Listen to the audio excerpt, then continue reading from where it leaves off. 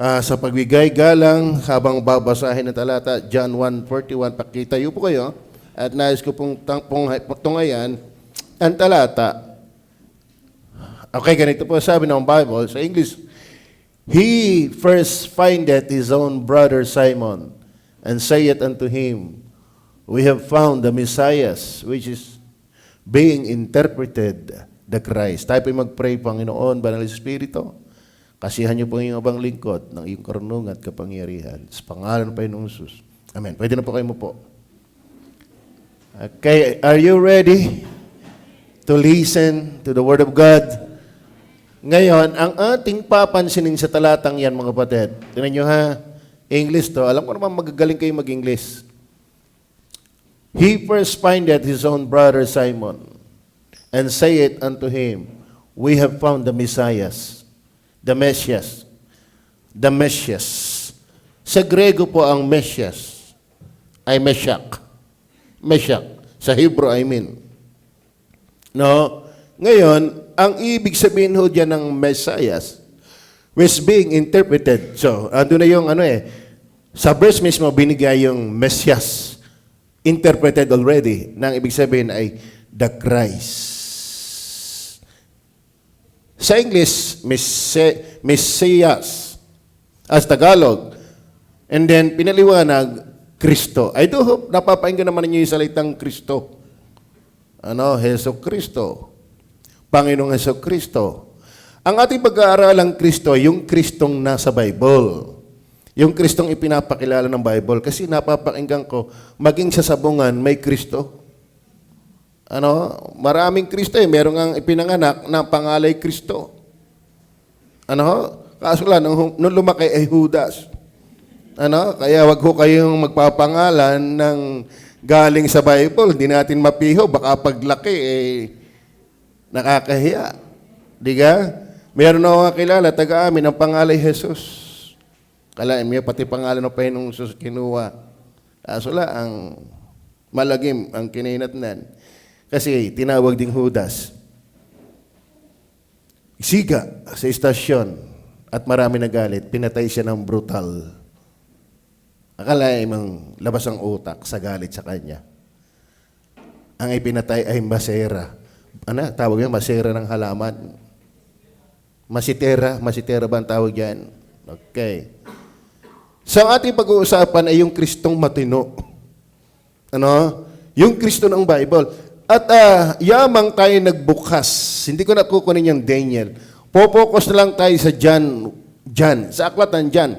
Sapagkat itong si John de Bilab, mga kapatid, for your information, may 12 alagad ang Panginoong Jesus na tagasunod. Originally, 12. Isa sa malapit niyang alagad, yung laging nakahipig sa kanyang balikat, ay si John de Bilab. Si Pedro, si Santiago, meron tatlong umiikot na 3 cycle ng mga disciple ng Panginoon. Ang sikat dyan ng mga disipulo sa Bible ay si John, si Peter, at si James. Kung kayo nagbabasa ng Bible, out of 12 disciples, may sikat na 3 disipulo. Yang si Pedro, si Juan, at si Santiago. Kilala nyo din man siguro si Pedro. Di ba? Si Santiago. Okay, ginamit si Santiago para masulat ang aklat ng James. Si Pedro, siya ang ginamit ng Diyos masulat ang 1st and 2nd Peter. Si John, siya ang sumulat ng Book of John. At saka ng 1st John, 2nd John, 3rd John, and Book of Revelation. Si Juan ho, kung bakit siya ang ginamit ng Diyos, maisulat yung John, ay sapagkat dahil sa kanyang kalapitan ng buhay sa Panginoong Jesus, siya ang binigyan ng Holy Spirit na magpakilala dahil malapit siya sa Panginoon. Tiga? Dikat, halimbawa, sino ka magpapakilala sa akin kung sino ako? Pwedeng ipakilala ko sa pangalan ng iba dito. Pero ang tunay na makakapagpakilala sa akin ay ang aking magulang. Bakit? Alam niya kung ako'y kailan pinanganak. Alam niya kung ano ang paborito, etc. Pandalawa makakapagpakilala sa akin ngayon, yung asawa ko. Kaya makakapagpakilala din kung sino si Kristo, yung malapit sa Kanya. Yan ay si Juan. Sabihin ko sa inyo, hindi mo kilala si Jesus kung malayo ka sa Kanya. At higit sa lahat, hindi mo kilala si Jesus kung hindi ka pa sa Kanya. Tama? Pero mga kapatid, ang pinakamapalad na karunungan, pinakamataas na karunungan, ay yung makilala natin si Jesus bilang Messiah na pinaliwanag na Kristo. So, medyo, alam niyo po, malalim magtagalog ang Batanggenyo. No? So, sana, maintindihan niyo po, ano? Tataluy-tuyuin. Ano ibig sabihin tataluy-tuyuin? Wala tayong ipa-priority buksan, kundi yung pagpapakilala ni John sa Book of John about Christ, the Messiah. Klaro ho ba? Okay, yung verse 41, mga kapatid, nating binasa na verse 41, narong talata, sabi diyan ay, he first findeth his own brother Simon and saith unto him, we have found the Messiah. We have found the Messiah, which is being interpreted, the Christ. Kasi mga kapatid, ang Kristo, from the Hebrew word na Messiah, which means the anointed one, it declares that Jesus is the promised Savior, King of the Old Testament. Ano ba yung, nung panahon yan, talagang bantog na bantog, palibasa ay bayan ng Diyos, ang Israelites, alam talaga nila na ang Diyos ay nangako ng Messiah. Anong ibig sabihin? Kristo. Na ang ibig sabihin pala ng Kristo ay pinahirang langis para maging tagapagligtas ng Israel. Hindi lang ng Israel, kundi ng buong mundo. At hindi ililigtas lang sa physical, kundi sa kasalanan. Alam niyo ba, pinakamalupit na dapat nating maintindihan kaligtasan ay hindi lang yung kaligtasan pag tayo gutom. Sabi ng iba, ligtas pag may bigas, pag walay, mautas. Hindi ganun ang pinagsasabi ng Bible. Kasi kahit anong beses kang kumain, mamamatay pa rin tayo. Dumami na ang kain mo. Gumaling ka ng kain. Meron nga, kaya nadaling kumain eh. Nadaling namatay, siya kakakain. Whether we like it or not, believe it or not, lahat tayo'y mamamatay. Mabigat mang pag-usapan, pero yan ang realidad. Are you with me? Bakit hindi tayo makakaiwas sa kamatayan? Alam niyo kung bakit? Hindi tayo nakaiwas sa kasalanan. Sapagkat ang kabayaran ng kasalanan ay kamatayan. So, hindi libre ang kasalanan.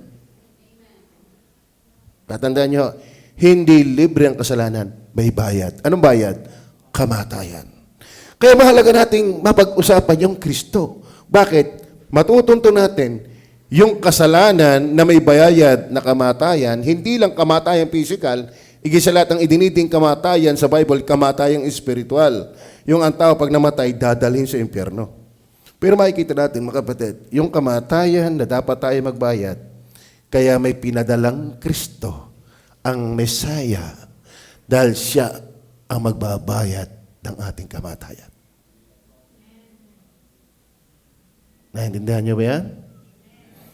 Kung walang Kristo, we are all going to hell. Ngayon, kung naandyan na ang Kristo, hindi ka pa rin maniniwala, still you are bound to hell. Anong kwentang hinainan ka ng pagkain? Sarap na sarap. Hindi mo namang kinain. Walang kwenta yon. Di ka? Anumang sarap ng pagkain na inihain sa iyo, hindi yan tatalab sa iyo kung tiningnan mo lang. Kainin mo ng tumalab. Anong saysay na may Messiah? Anong saysay na may Kristo? Tiningnan mo lang. Pero hindi ka nagsisisi, hindi ka nananampalataya. Wa-epek yan. Are you with me? Klaro ba? So, yan ang ating pagbubukas. Tuntunin natin, yung Christ. Siyempre, sa chapter 1, mga kapatid, bago magkaroon ng verse 14, mauuna muna yung 1 verse 1. Ano ho? 1 verse 1, tingnan po natin, yung Kristo, yung Messiah, na pinaliwanag na Kristo, ay katugon, ay siya rin na pinapakilala ng verse 1. Mga kapatid, ito yan, no? Yung palang Messiah, yung palang Kristo, ito'y hindi nagsimula nung siya ay magkatawang tao. Tingnan niyo sabi, nang pasimula siya. Siya. Yan na po yung verse 41, Messiah, being interpreted the Christ. Pero bago siya maging Messiah, inihula siya magiging Messiah. Magiging Christ, anointed one. Pero nung hindi pa natutupad siya, yung kanyang hula sa kanya na magiging Kristo, anong kalagayan meron yung ipinapakilalang Messiah? Ang sabi po, nang pasimula siya ang berbo, at ang berbo ay suma sa Diyos, at ang berbo ay Diyos. So una nating dapat makilala itong Messiah, itong Kristo, bago siya niyato pa rin yung hula na kanyang gagampanan para maging ating tagapagligtas, siya ay nandun sa kalagayang kasabayan ng Ama sa walang hanggan. Naintindihan niyo ba yan? Siya ho ay umiiral na. Ang sabi, nang pasimula, siya ang berbo, at ang berbo ay suma sa Diyos, at ang berbo ay Diyos. So, ini-introduce ni Juan na malapit sa Panginoon. Yun palang aking laging hinihiligan. Yung palang nakita kong nagpagaling ng pilay, nagpalakad, nagpamulat ng bulag, nagpakain ng maraming tao sa 2 tinapay lamang, at nangaral, nagbago ng maraming buhay, nagligtas, nagpalayas ng demonyo. Kilala niya yon.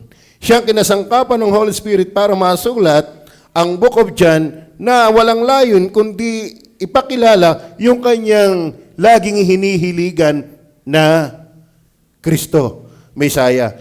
Ito palang aking Panginoon ay hindi ka kanina. Naintindihan niyo ba yan? Ari pala'y bago ko makitang physical, ari pala'y buhay na. Ari pala'y umiiral na. Wala pa pala ako, wala pa pala ang daigdig, wala pa ang mga anghel, wala pa ang universe, siya'y umiiral na kasabayan ng Ama sa walang hanggan. At talagang tahasang sinabi, yung berbo, para maintindihan, si Juan din ang sumulat ng Apokalipsis. Puro tayo kay Juan. 19:14. Yan nyo ha.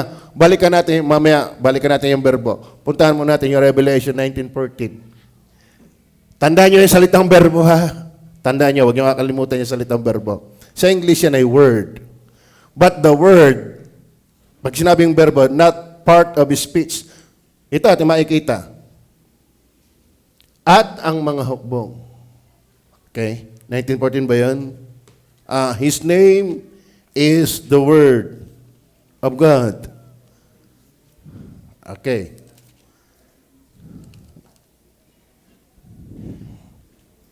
Okay, andyan po sa 19 verse 13. 13, napababa. At siya'y nararamtan ng damit na winisika ng dugo. Si Kristo po yan.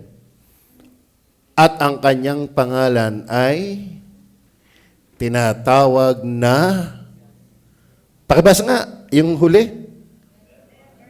Sabay-sabay tayo. Ang berbo ng Diyos. Sino ba tinutukoy na berbo ng Diyos yan? Tingnan nga natin yung verse 14. Yung berbo ng Diyos na pangalan niya. Verse 12. At ang kanyang mga mata ay ningas ng apoy, at sa kanyang ulo ay maraming diadema, at siya'y may isang pangalang nakasulat na sino man ay di nakakaalam kundi siya rin. So, we don't have enough time. In chapter 19, makikita ninyo, yung berbo dyan tumutukoy kay Kristo. Siya yung hari ng mga hari, Panginoon ng mga Panginoon. So, nabasa nyo ba ang berbo? Ang berbo ng Diyos, nabasa nyo ba? Balik nga tayo sa verse 13. At siya'y nararamta ng damit na winisikan ng dugo at ang kanyang pangalan ay... Pangalan ba ang berbo? Sinabi ba diyang yung berbo'y pangalan? So hindi porke berbo, kasi sa English yan, word. Hindi porke word, ay word as in speech. Diga? Meron ka naman ikang pangalang word. Oo, may pangalan nga, Tubal. Ang salita, pwedeng pangalan. Dahil sa Bible, basahin nyo, may pangalang Tubal. Alam nyo ba ang Tubal? Hindi nilabhan. Yung manggugupit ko nung ako'y bata pa, ang pangalan ay si Kabalita. Yung palang balita, pangalan. Pero isa sa pangalan ni Kristo ay Berbo. Kaya balik tayo sa John 1:1. Nais ko lang ipakilala, sino yung Kristo na sinasabi ng 141? Sapagkat hindi mo mababasa ang 141 kung hindi ka dadaan sa verse 1. Tama ba? Same book, same writer. Ngayon, tinutunton niya, pinapakilala niya yung Messiah. Pinapakilala niya yung Kristo. Na ito palang Kristong ito, nang pasimula siyang berbo, at ang berbo ay suma sa Diyos, at ang berbo ay... Ang berbo'y pangalan ng Diyos, si Kristo pala'y Diyos. Yung palang Messiah, Diyos. Klaro ho ba? Yung palang Kristo, Diyos. Kaya huwag natin babasa-bastahin yung salatang Messiah at Christ. Kasi when we say, when we heard, when we read the word Christ, tungkol yan kay Kristo, at sinasabi ng Biblia tungkol kay Kristo, siya pala'y Diyos. Amen. Therefore, kung siya'y Diyos, mali na hindi siya kilalanin, mali na hindi siya sambahin, mali na hindi siya igalang, mali na hindi siya sampalatayanan, mali na hindi siya paglingkuran. Huwag kang tatawag kay Kristo na hindi mo naman siya sinasamba. Ay, Diyos yan eh. Tama? Kaya nga sabi ng Bible, bakit niyo ako tinatawag Kristo, Kristo? Panginoon, Panginoon, hindi ka naman nasunod sa akin.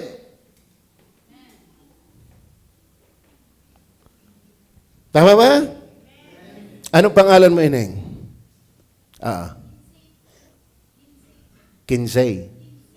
Kinsey. Jinsey. Yeah. Jinsey. Ako'y naniniwala na magagalit ka sa akin kung sasabihin ko sa iyo, Jinsey, my wife.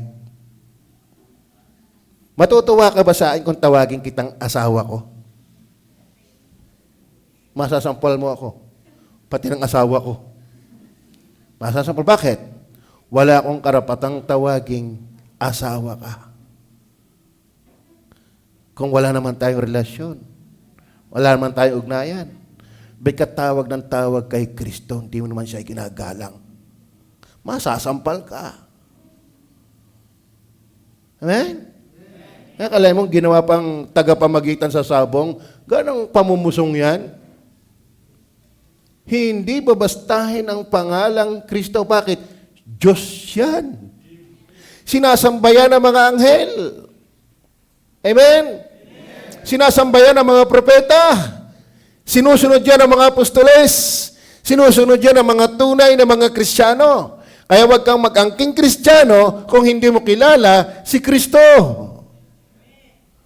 Ang pinapakilalang Mesiyas, pinapakilalang Mesiyas, ang ibig sabihin ay Kristo, siya pala'y Diyos. Alam niyo ba, ultimong ang demonyo, nangangatal kay Kristo dahil siya'y Diyos. Okay, sundan natin ang pagpapakilala pa. Hindi lang tayo titigil dyan na si Kristo ay Diyos. Itinuloy natin. Hindi natin sa basahin ining ang maraming basa ha. Verse 14. Babae natin. Verse 14 naman. So same book, same chapter, same writer. Siya po yung nagpapakilala kung sino yung Messiah. Ang ating title, Messiah. Are you with me? Ano ang title natin? Pag-aaral, Messiah. Ang interpretation ng Messiah, Christ. Ang ibig sabihin ng Christ, siya yung pinahiran para maging tagapagligtas. Bakit siya ang pwedeng maging tagapagligtas? Dahil siya lang ang pwedeng magligtas. Bakit? Diyos lang ang pwedeng magligtas. Kaya kung si Kristo hindi Diyos, hindi niya tayo kayang iligtas. Tama ba? Kaya si Maria hindi pwedeng maging tagapagligtas. Bakit? Hindi naman siya Diyos. Ang relihiyon hindi pwedeng magligtas. Bakit? Hindi naman Diyos ang relihiyon. Walang leader ng tao na pwedeng maging tagapagligtas dahil ang makapagliligtas lamang ay Diyos. Pero paano magliligtas ang Diyos sa mga tao? Basahin natin ang verse 14. Pwedeng pakibasa ng lahat? Basa.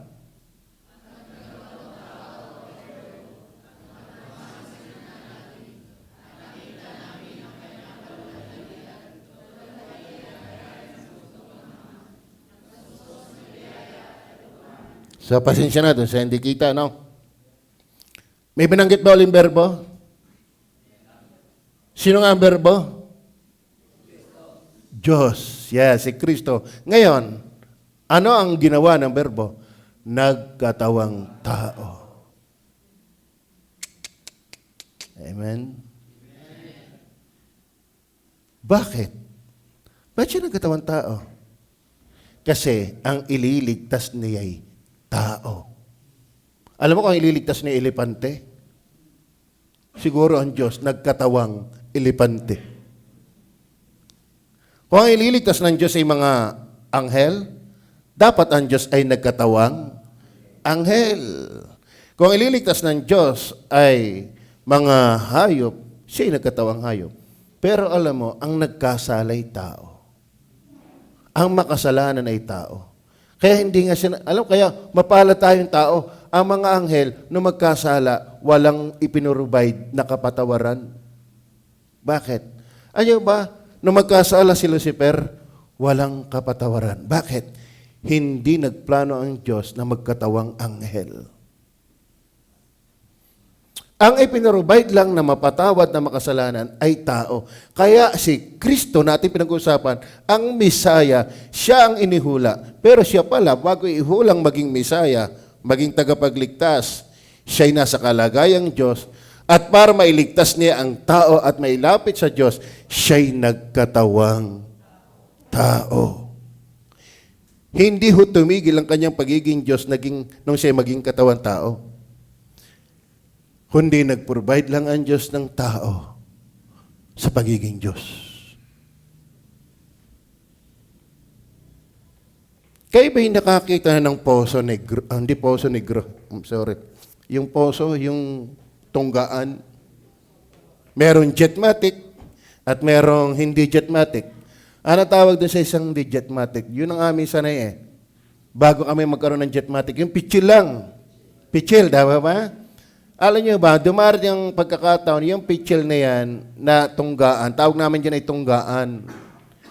Yan ho, pag ginayaan mo, walang tubig. Di ka?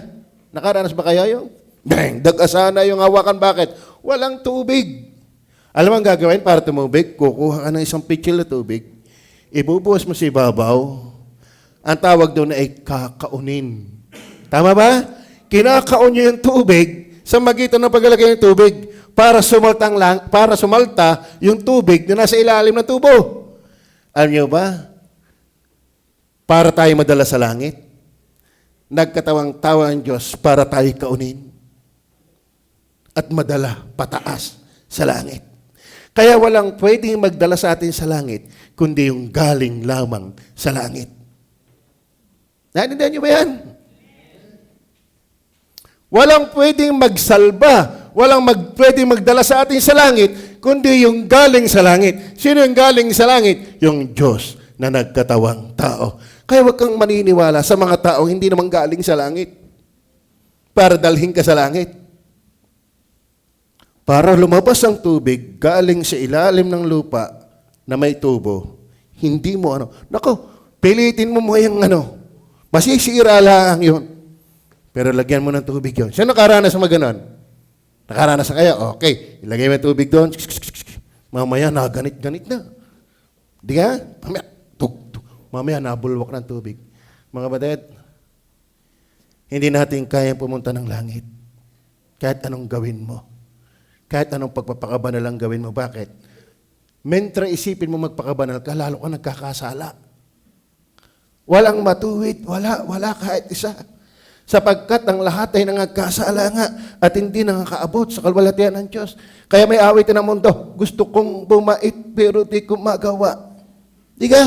Aminado sila Gustong-gusto nila magbago pero hindi nila mabago. Bakit? Hindi mo talaga kaya. Kaya nga may Diyos. Ang Berbo, ang Mesaya, ang Kristo, galing sa langit nagkatawang tao. Siyang solusyon. Naintindihan niyo ba yun? Okay, una, God is God, the Son. Then number 2, Christ became man. Christ became man. Hindi siya lehitimong tao. Siya ay Diyos na nagkatawang tao. Bakit? Ang kanyang ililigtas ay tao. Klaro? Ang tanong, kayo ba'y tao? Ibig siya, ay makinig kayo. Pag hindi nyo ito naintindihan, hindi kayo palangit. Kapag hindi nyo ito naintindihan at sinampalatayanan, gumaling ka na ng iyong performance. Walang nagkatawang tao para iligtas ang tao, kundi ang Diyos. Amen. Mahal namin kayo, kaya ito'y aking dinadahan-dahang ipaliwanag. Gusto kong maintindihan nyo to. Sa mga bisita ni Foreman, pagpalain kayo ng Panginoon.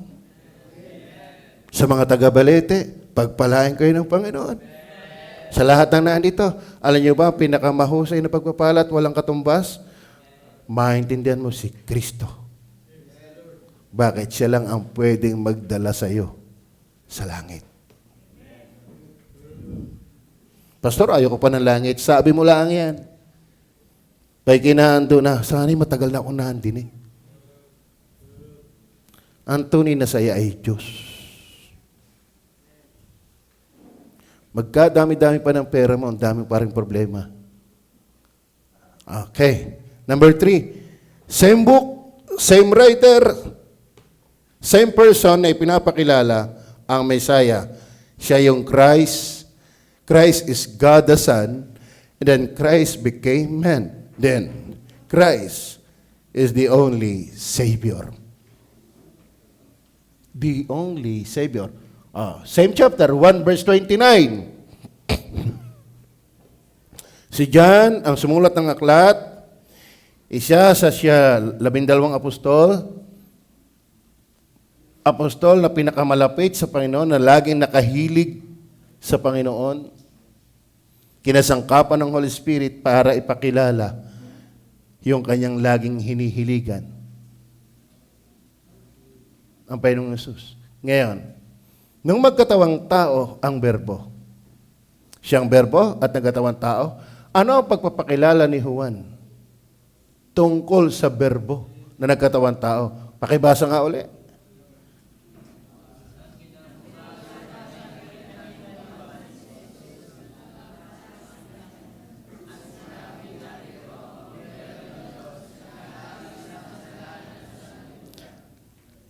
Si Kristo ang Mesaya, si Kristo, siya pala'y Diyos, Diyos na nagkatawang tao, itinipo siya sa kordero ng Diyos.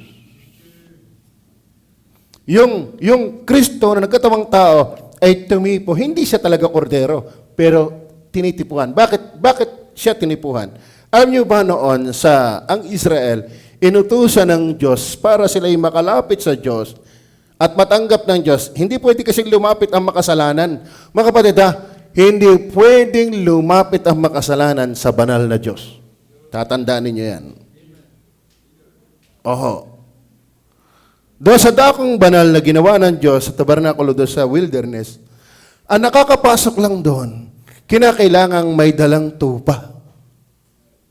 Listen. At yung tupa na kanilang dadalhin, walang kapintasan. Walang kapintasan, walang kapula-pula. At halimbawa, pangalan mo tayo, pangalan mo? Daniel. Okay. Halimbawa, ikaw ay buhay ng panahong yon. Ikaw ay Israelita. Kayo ba iniwalang lahat tayo makasalanan? Kayo ba iniwalang tayo lahat makasalanan? Kahit ang Hudyo makasalanan. So, walang karakarang makalalapit sa Diyos. Mamamatay talaga. Akala mo, sa lupang usapan pa lang, hindi ka pwedeng lumapit sa Diyos na ikimabubuhay. Paano ka kaya tatanggapin sa langit? Kung sa lupa pa lang, hindi ka na matanggap ng Diyos, doon pa kaya sa langit? Naintindihan niyo ba yan? Mga kapatid, hindi ito biro. Ating ito pinag-uusapan ito. Alam mo, ang problema ng tao, ang Diyos ay banal.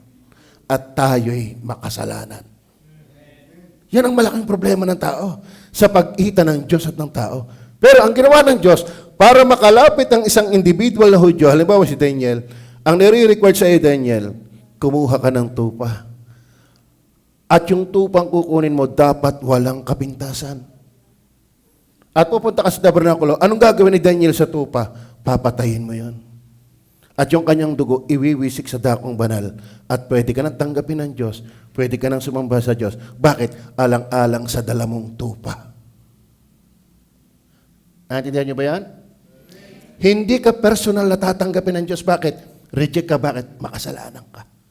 Pero ang utos ng Diyos, magdala ka ng tupa na walang kapintasan. Bakit? Yung tupa, yun ang magre-represent sa iyo. Papatayin yung tupa para sa iyo. Si Kristo yung tupa na walang kapintasan. Bakit? Siya'y Diyos na nagkatawang tao. Naintindihan niyo ba yan? Kung si Kristo basta naging tao lang, siya po'y may kapintasan. Dahil lahat ng ipinanganak may minanang kasalanan. Kung si Kristo ay galing sa pagiging lehitimong tao, tiyak siya'y nagmana ng kasalanan. Pero bakit siya'y walang kasalanan? Siya'y ipinanganak sa kapangyarihan ng banal na Espiritu. Bagaman siya'y tao, pero walang minanang kasalanan. Kaya siya yung tipo ng kordero ng Diyos na nag-aalis ng kasalanan. Bakit siya mag-aalis? Kasi walang aalisin sa kanya na kasalanan. Tayo ang aalisan. Bakit? Tayo ang makasalanan. At bakit siya lang ang pwede? Kasi siya'y korderong walang kapintasan. Naintindihan niyo ba yun? Sa Mesaya, ang ating pinag-usapan, ang Mesaya ay Diyos. Ang Mesaya ay Diyos na nagkatawang tao. Ang Mesaya, yan ang kordero ng Diyos. Kaya number 3, Christ is the only Savior. Amen. Sana malinaw ito. Paglabas nyo, Messiah. Si Kristo lang pala ang tagapagligtas. Ay di mali na itinuturo sa akin kung di ka sasapi sa reliyon, di ka maliligtas. Mali nga. Eh di mali pala sa nasabi sa akin, magpakabait ka lang at kayo maliligtas. Mali nga. Bakit? Si Kristo lang ang nakapag-aalis ng kasalanan. Maliwanag? Maliwanag ba? Hindi lang siya nagtataklob ng kasalanan, nag-aalis ng kasalanan. Maliwanag ho ba? Ngayon, gusto mo bang ikaw ay maligtas? Gusto mo bang ikaw pag namatay, tiyak na palangit? Sino ang mag-aalis? Ang Mesaya, si Kristo. Bakit? Siya yung kordero ng Diyos. Paano siya naging kordero kung hindi mo na siya nagkatawang tao? Kaya may Diyos, si Kristo, na nagkatawang tao, at siya tinitipuhan ng kordero ng Diyos na nag-aalis. Praise the Lord. Di ka? Oo. Di ka, mga kapatid? Kaya nakaranas ng mga ospital. Kaya kayo masaya sa ospital. Magkano ga ngayon ang bill? Ubus ang bill pag ikina-ospital. Kung gusto mong maubusan ka ng bill, pumunta ka sa ospital. Bakit? Ang taas ng bill. Tama ba? Ayoko hindi mawiwili sa ospital. Pero kalimitan ng dinadala sa ospital may sakit. At ang gusto may maalis yung sakit. Alam niyo ba ang pinakamalalang sakit? Kasalanan. Bakit? Hindi lang ito magdadala sa kung ano paman. Pinakamatinding pagdadalhan ito ay impyerno. Pero salamat, may nag-aalis ng kasalanan. Sino nga mag-aalis? Huwag yung kades nyo. Huwag kayong titingin sa kades nyo. Hindi yan nag-aalis. Aalsan din yan. Pero hindi yan mag-aalis. Tama ba? Sino ang nagkatawang tao? Oh. Ang pastor ba nagkatawang tao? Ang Pope ba nagkatawang tao? Si Maria ba nagkatawang tao? Si Soriano ba nagkatawang tao? Si Kibuloy ba nagkatawang tao? Ang nagkatawang tao lang ay si Kristo. Kaya walang ibang paraan para tayo dalhin sa langit, kundi yung Diyos na nagkatawang tao na tinitipuhan ng Kordero ng Diyos. Kinakanta rin naman nila yan, hindi malaan niya, kaso lang hindi naiintindihan. Hanggang kanta lang yan. Pero ang tanong, naiintindihan mo gayan? Ay bakit kumakanta niya kung kanino ka nahalapit para mapatawad sa iyong kasalanan? Ay yung pala lang ang nag-aalis. Kaya ba yung nakaranas magkapigsa? Hanggat hindi naalis yung pigsa, walang magandang upo. Walang magandang higa. Walang magandang tayo. Hanggat may pigsa. Pero kailan naginhawa? Pag naalis. Alam mo, ang tunay na kagalakan ng buhay, kapayapaan ng buhay, pag napatawad ka. Pag napatawad ka. Pero hanggat hindi ka napapatawad, alam niyo ba, ang pinakamalalang problema, hindi yung utang na hindi mo bayaran. Ang pinakamalalang problema, yung pananagutan mo sa Diyos na hindi mabayaran. Pero may pambayad na. Narito ang Kordero ng Diyos. Maliwanag ko ba? Ayan ang gagawin natin dyan. Apay, wala kayong pupuntahang iba. Alam mo, kung si Jesus lang, huwag kayong pupunta sa iba. Tama ba? Then number 4. Tingnan po, balik tayo sa John 1:29. John 1:29. Nang kinabukasan ay nakita ni Juan si Jesus na lumalapit sa kanya at sinabi, narito ang Kordero ng Diyos na nag-aalis ng kasalanan sa libutan. Unawain po natin, nag-aalis. Bakit siya nag-alis? Ano ba mga kapatid ang nangyayari ganito? Alam niyo sa basketball, sino dito yung player ng basketball? Yun? Parman, makakahiram kami sa inyo ng mga player. Ano? Ganito. Actually, meron kaming practice mamaya, meron kaming tune up, susuro-suro kung matutuloy. Ngayon, ganito. O, ito muna ng basketball. Okay, ganito ha. Para lang maintindihan nyo yung ibig ko sabihin, bakit siya nag-aalis ng kasalanan? Bakit siya nakapag-aalis ng kasalanan? Ganito po nangyari. Di sa Diyos. Misaya, nagkatawan tao. Tiga?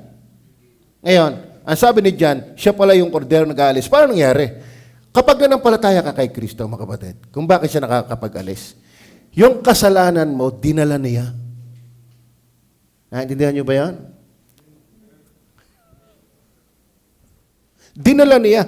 Alam mo, kung si Kristo ay hindi niya dinala ang ating kasalanan, hindi siya pwedeng patayin ng Ama. Bakit? Walang kasalanan, ba't papatayin? Karumal-dumal ang pumatay at magparusa ng inosente pagdating sa batas. Kailangan, dapat ang parusahan, guilty beyond reasonable doubt. Pero si Kristo hindi nagkasala. Pero bakit siya pinarusahan? Dinala ang iyong kasalanan. Pero hindi ka mapapabilang na ikaw ay dinala kung hindi ka naman mananampalataya niya. Para yung pagkain, hindi yan tatalab sa iyo kung nakahayin lang, pero hindi mo naman kinain. Hindi nakakabusog ang pagkain na tinitingnan lang. Ang pagkain nakakabusog, matapos ihayin, kainin mo. Si Kristo, nagkatawang tao, siya yung nagdala nating kasalanan. Pero kung hindi mo siya sasampalatayanan, nasa iyo pa rin ang iyong kasalanan. Hindi niya yan dinala. Ang dinala lang niya yung nakipagkaisa sa Kanya, yung nanampalataya sa Kanya. Naintindihan niyo ba yan? So, bakit siya nag-aalis? Way back 1986, September by the man. Nakapakinig ako ng Biblia na pinaintindi sa akin ng Holy Spirit. That time, Lord, I surrender my life. Pinagsisisihan ko po ang aking kasalanan. Ipinadadala ko sa iyo ang aking kasalanan. Kaya ako natutuwa, isa ako sa kinamatayan ni Kristo. Isa ako na ang kasalanan ko'y dinala niya. Bakit? Si Kristo po ay pinatay ng Diyos. Bakit? Ba't siya papatayin? Wala naman siyang kasalanan. Kasi dinala ang kasalanan ko. Kung kayo'y sasampalataya kay Kristo, pati kasalanan mo, dinala niya. Pero wag kang aasa na si Kristo'y namatay para sa iyo kung hanggang ngayon hindi mo siya nire-respeto. Hindi mo siya kinikilalang tagapagligtas. Effect yan. Maliwanag ko ba? Bakit siya nag-aalis? Bakit siya nag-aalis? Kapag pinadala mo, kapag ibinigay mo, kapag isinuko, kapag ikinumpisal mo, kapag nagsisi ka at nanampalataya kang siya yung Diyos na katawang tao, pinatay, hindi dahil ng kanyang kasalanan, hindi siya pwedeng patayin ng basta-basta. Bakit? Wala nga kasalanan. Kahit nga si Pilato, aminado walang kasalanan ng taong ito. Hindi ito karapat-dapat sa kamatayan. Pero bakit pinatay pa rin? Dahil ng akin at iyong kasalanan. Para maintindihan nyo ng basketball, ang ginawa naman ni Kristo, yung kanyang katwiran, yung kanyang kabanalan, ipinalit sa akin. Yung kasalanan ko, dinala niya. Yung katwiran niya, ibinigay sa akin. Substitution. Alam niyo na, ibig sabihin, mga basketballista, substitution. Pag sinasabing sub, palit. Pagod na rin isa, halili ka naman. Ganito. Yung kasalanan ko, kaya naalis, kinamatayan niya. Ba't ako tatanggapin ng Ama sa langit pag ako kinamatay? Kasi yung katwiran, ibinigay naman niya sa akin. Naintindihan niyo ba yan?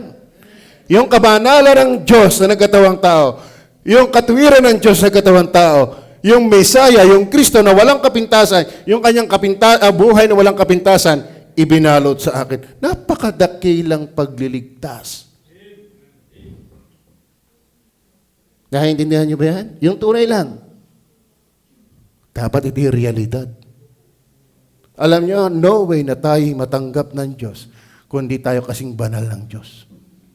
Pero paano tayo naging kasing banal ng Diyos? Dahil ng Diyos na nagkatawang tao. Na inibinalit. Ipinalit.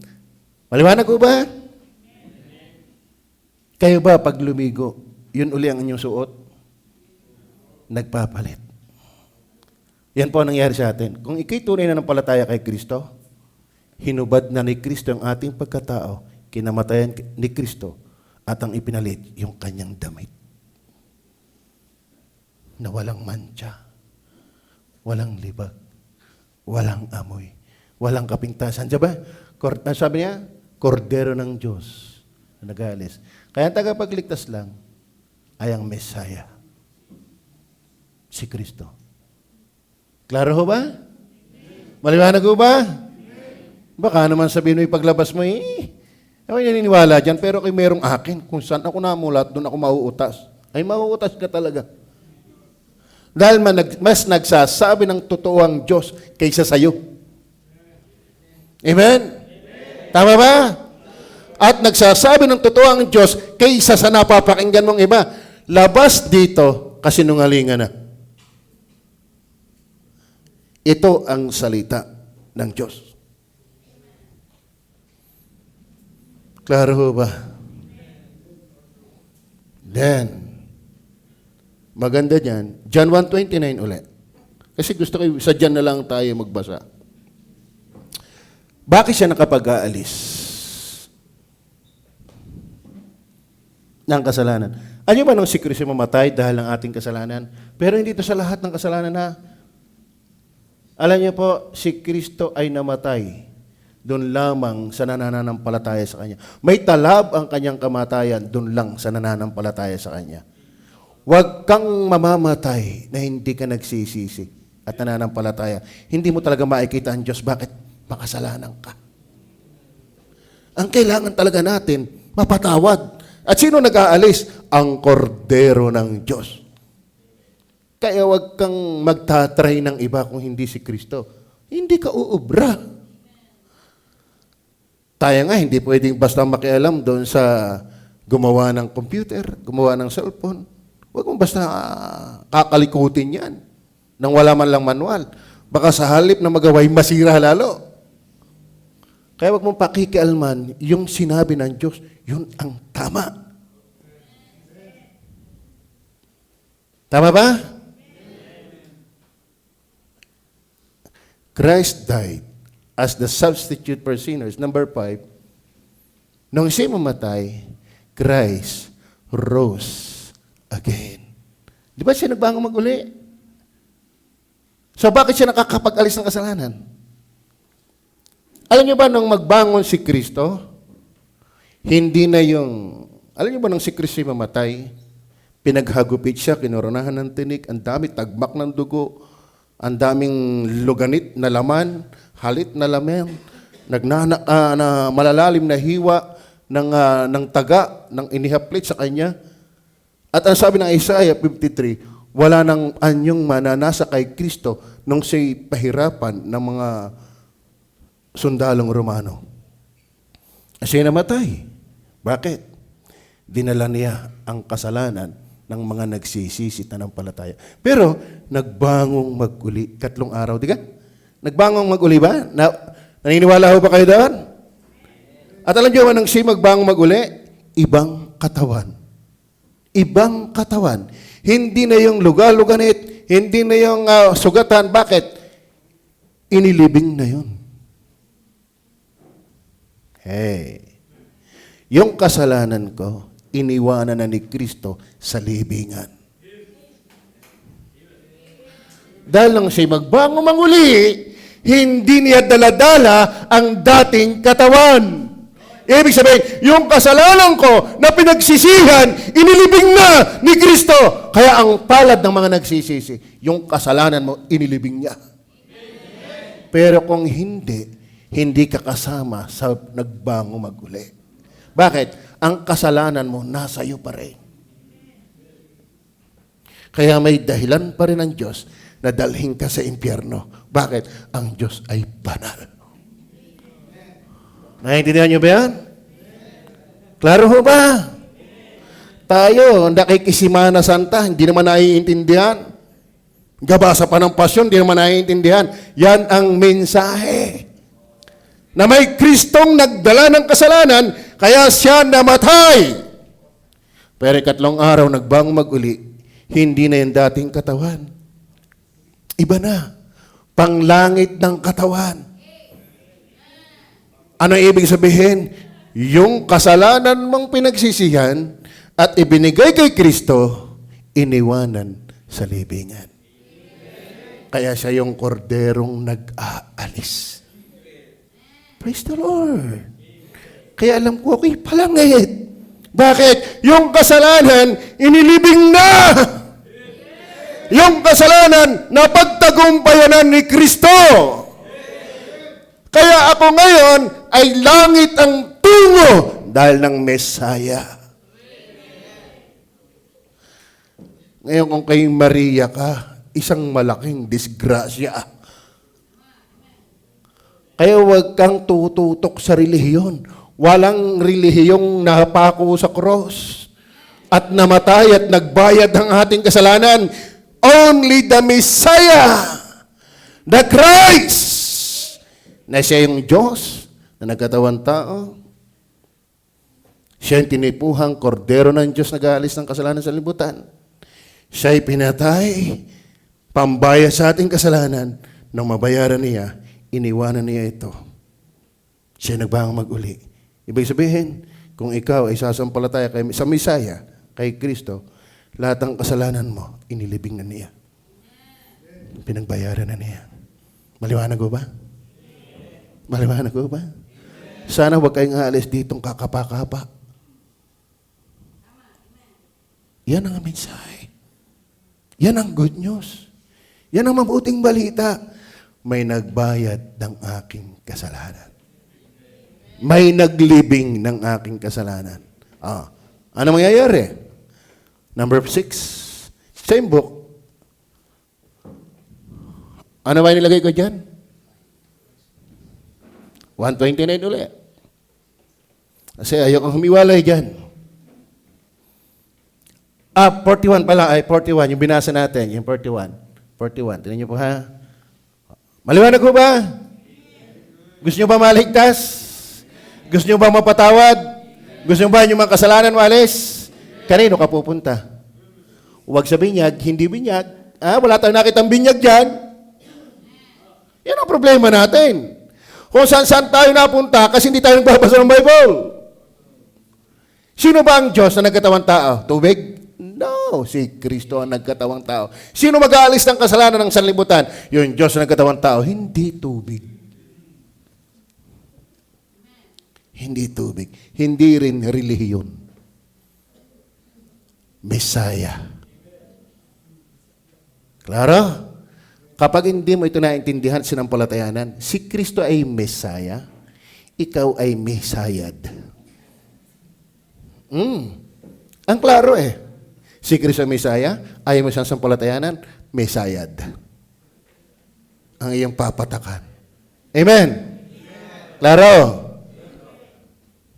Saan ka mananampalataya? Kanino ka mananampalataya? Kay Kristo lang. At kay mananampalataya, ano sabi? Mag-aalis ng kasalanan. Ba't ka pupunta ng impyerno? Dahil ng kasalanan. Ay kung inalis na, pupunta ka pa doon? Hindi na. Tama? Bakit kay kukulong? Nagkasala ka, ay pinatawad ka, ay kukulong ka pa? So hindi maliit na bagay ang pinag-uusapan natin. Yung Messiah, bakit si Pastor Eloy, tsak, napupunta sa langit pag namatay? Bakit? Ang kasalanan ko'y hindi nasisingilin sa akin. Bakit? Binayaran na. Bakit ka tayo pupunta ng impyerno? Anong dahilan? Kasalanan. Ay kung inalis na, ba't ka pa dadalhin doon? Ay, hindi nyo ba yan? Kung inalis na ang lupit niyan. Bakit tayo dadalhin sa impyerno? Anong dahilan?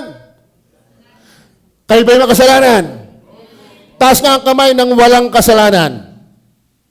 O di aminado tayo lahat, makasalanan. Gusto nyo ba maalis ang kasalanan? Parusa? Sino mag-aalis? Messiah! Kung ayaw mo, at talagang malaki ang problema mo, Messiahd ka. Matapos ipagpaliwanag, nilin-ay, dinahandahan, tapos ayaw mo pa rin, ay Messiahd ka. Ang kailangan mo yung Messiah, hindi Messiahd. Tama ba? Huwag niyo itong bibiruin. Ang kamatayan ay hindi biro. Maraming namamatay. Ang nakalulungkot, maraming namamatay na pa-impyerno. Bakit? Hindi na ito napakinggan. Kaya purihin ang Panginoon. Pasalamatan niyo, mga taga-Padre Garcia. May Brother Rani kayong nagmamahal sa inyo. Hindi ka? Purihin ang Panginoon sa mga taga-Balete. May Kevin na nagtsatsaga sa inyo. Di ba? May mga driver. Bakit? Gusto lang naman namin ipakilala sa inyo yung Messiah para maalis yung Messiahd. Pag hindi mo nakilala si Messiah, hanggang ngayon Messiahd ka pa. Maliwanag ba? Alam ko kayo palangit. Bakit? Dahil ang Messiah. Bakit ka dadalhin sa impyerno? Dahil ang kasalanan. Anong ginagawa ng Messiah? Nag-aalis. Ngayon kung nag-aalis, ba't ka pa dadalhin? Ngayon, sinasampalatayanan mo ba yan? Sinasampalatayanan mo ba yan? Yun lang ang problema. Pag hindi mo sinampalatayanan, Messiah talaga. Okay. Balik sa verse 41. Wala na ako panahon, ano? Hindi, hanggang 15 tayo. Okay. Ano sabi ng verse? Una niyang nasumpungan ang kanyang sariling kapatid na si Simon. At sa kanya sinabi, nasumpungan namin ng Mesyas. Ano ba ang ibig sabihin ng Mesyas? Christ. Di ka? Being interpreted, kung liliwanagin ay ang Kristo. Ano ba ibig sabihin ng Christ? Appointed one. Siya'y itinalagang maging tagapagligtas, saserdote, at hari. Ngayon, pang-anim, Christ reign as Lord.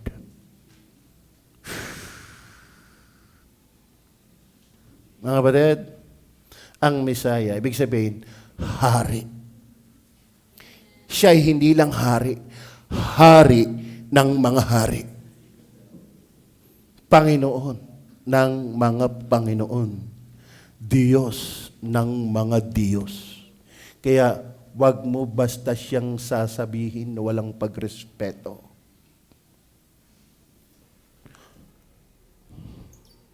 Then finally, verse 14 verse 1 to 4. 14 verse 1 to 4. Wala tayo pinuntahan, aklat tayo lang nandyan.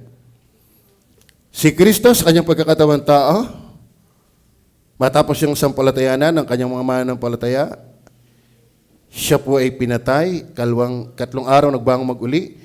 Pero itong magandang balita, after 50 days, pinagpauna na ni Kristo mamaalam sa kanyang mga alagad. Ito ang kanyang bilin. Babasahin ko yan yung pakinggan ha. Huwag magulumihanan ang inyong puso. Ibig sabihin, magsisampalataya kayo sa Diyos. Ibig sabihin, Eloy, huwag ka na mag-alinlangan. Kung talagang si Kristo sinasampalatayan ng Mesaya, ang iyong kasalanan, inalis na. Amen. Magsisampalataya naman kayo sa akin. Verse 2. Sa bahay ng aking ama, mga kapatid, sa bahay, may tinukoy siyang bahay ng aking ama. Sa English yan ay mansion over the hilltop. Sa bahay ng aking ama, ay ano? Maraming tahanan. Ibig sabihin, lahat ng mga pinatawad, lahat ng mga kasalanan ay inalis sa magitan ng Diyos na nagkatawang tao. May pangako ang Diyos, magsampalataya ka lang. May tahanan sa langit. Kung dating pa-impyerno ka, ngayon palangit ka. Tapos babaliwalain mo yan. Misayad ka. Ayun ba eh? Ito yung sabi, sa bahay ng aking ama. In fact, sa English yan, sa King James Version, in my Father's house are many mansions, not just house, but mansions. Tayo ngay kuboy, masaya na. Itong mansyon. Sino sinampalatayanan? Balik tayo sa Tagalog, duduguin tayo niyan. Sa bahay ng aking ama ay maraming tahanan, kung hindi gayon ay sinasabi ko sana sa inyo, sapagkat ako'y paroroon upang ipaghanda kayo ng dakong kalalagyan. Sino ang ipaghahanda? Yung sumampalataya. Kanina sumampalataya? Sa Mesaya. Ano ang ginawa ng Mesaya nang tayo manampalataya? Inalis ang kasalanan. Kaya tayo pinangakuan ng mansion. Hindi iyo yan kung may sayad ka pa hanggang ngayon. You need to believe the Lord Jesus Christ. Are you with me? Huwag mong isipin lahat na may sa Diyos. Dati pare-pareho, may sayad ka talaga. Ang liwanag natin pinag-aralan, yung pang-conclusion mo. Hindi ka nakinig. Are you with me?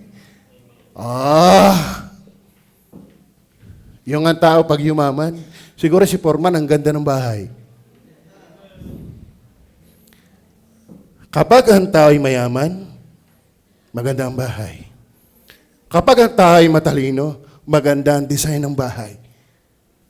Kapag ang tao ay may posisyon, may kapangyarihan, makakapaglikom ng kanyang gusto. Mga batid, ang naghahanda ng bahay ay Diyos. Na matalino, makapangyarihan, mayari ng lahat, walang kasindang-dang mansion yan. Prepare. Doon sa mga kasalanay, inalis. Kasama ba kayo doon? Kasama ba kayo doon? Siya, magtiyaga ka sa lupa. Kung ayaw mo kay Kristo, magtiyaga ka sa lupa na pag namatay, pa-impyerno. Sayang ang mga salita ng Diyos kung hindi mo sasampalatayanan. Klaro ba? Sa bahay ng aking ama ay maraming tahanan. Kundi gayon, ay sinabi ko sana sa inyo, sapagkat ako'y paroroon upang ipaghanda ko kayo ng dakong kalalagyan. Praise the Lord! Naka-reserve na. Alam, pag pupunta ng hotel, hindi ka pwedeng basta papasok doon. Dapat may pauna ka ng pakikipag-usap. Naka-reserve na sa iyong 103 room. Hindi nga? Papasok ka ng room 103. Sino ka? Bayad ka na ka? Ako may lugar na. Bakit? Binayaran ako ni Kristo. Meron akong room, meron akong mansion sa langit. Bakit? Nabayaran ako ng kamatayan ng Mesaya. Verse 3, at kung ako'y pumaroon, at kayo'y may paghanda na ng kalalagyan, amen, ay muling paririto ako. Malapit na po yun. Malapit na pong bumalik ang Panginoon. Magsisi na tayo. Manampalataya na tayo kay Kristo. Malapit na yan. Sa panahon nga ng mga apostol, malapit na, di lalo ngayon. Hindi maaaring hindi magbalik ang Panginoon. Paano tayo dadalhin sa langit kung hindi siya babalik? Amen? At kung ako'y pumaroon, kayo may paghanda ng kalalagyan, ay muling paririto ako at kayo tatanggapin ko. Bakit kayo tatanggapin? Kasi naalis ang kasalanan. Pero kung ikaw ay may sayad pa hanggang ngayon, hindi ka tatanggapin doon. Bakit ka may sayad? May misaya. Bakit hindi mo sinampalatayanan? Hindi may sayad. Maliwanag ba? Masakit po yun. Pero yun ang katotohanan. Kaya tanong kayo, paglabas nyo, kita nyo mga kasada dyan, may tubig. May tubig, ba? Tapos sa inyong bahay, may swimming pool. Pumunta ka dito, hindi ka naligo sa swimming pool, nakakita ka lang ng tubig dyan, dyan ka lumangoy. Ang tawag sa'yo, may sayad. Tama ba? Ganda-ganda ng swimming pool. Sa inyong bahay, ayaw mo maligo. Nakakita ka lang ng tubig dyan sa may kalsada, dyan ka lumangoy. May sayad. Kalain mo, sinabi ng si Kristo, tagapagligtas, ba't kayo ba sa iba lalangoy? Tama. Basta iba ka mananampalataya. Klaro ho ba? Kayo ba'y may mansyon na ipinaghanda ang Panginoon? At isang araw, babalik si Kristo sa isang kisap mata. Kukunin niya ang kanyang mga anak at ilalagay doon. Sa wala ng luha, wala ng kasalanan, wala ng kulubot, wala ng kapatayan, wala ng kapintasan, wala ng pagtanda, walang anumang kasiraan. Bakit? Ang lahat ay naparam na. Isang lugar na walang kasing ganda, dahil nandun ang Diyos na walang kasing ganda. Klaro ba? Huwag kayong mag-alinlangan. Sampalatayanan nyo si Kristo. Tayo po'y manalangin. Panginoon,